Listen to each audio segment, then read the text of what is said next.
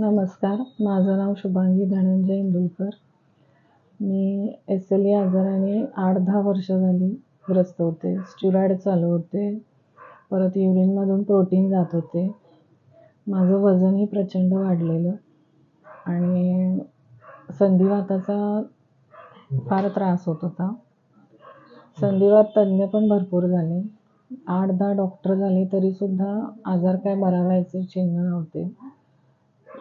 अगदी हिप रिप्लेसमेंटचं ऑपरेशनही झालं तरीसुद्धा आजार बरा व्हायचं काही चिन्ह दिसत नव्हते.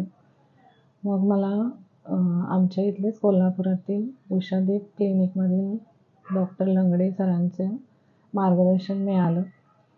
15 दिवसातच माझं युरिनमधून प्रोटीन जायचे बंद झाले. त्याच्यानंतर 4 महिन्यातच आता माझे पूर्ण सगळे रिपोर्ट नॉर्मल आले. माझं स्टिरॉइडसुद्धा बंद झालं आहे आता. परत वजनही कमी झालं आहे. आता फ्रेश आहे. एनर्जीही वाढली आहे आणि भरपूर गोळ्या होत्या त्यासुद्धा आता कमी झालेल्या आहेत आणि आजार हा बरा व्हायच्या मार्गावर आहे आता. थँक्यू.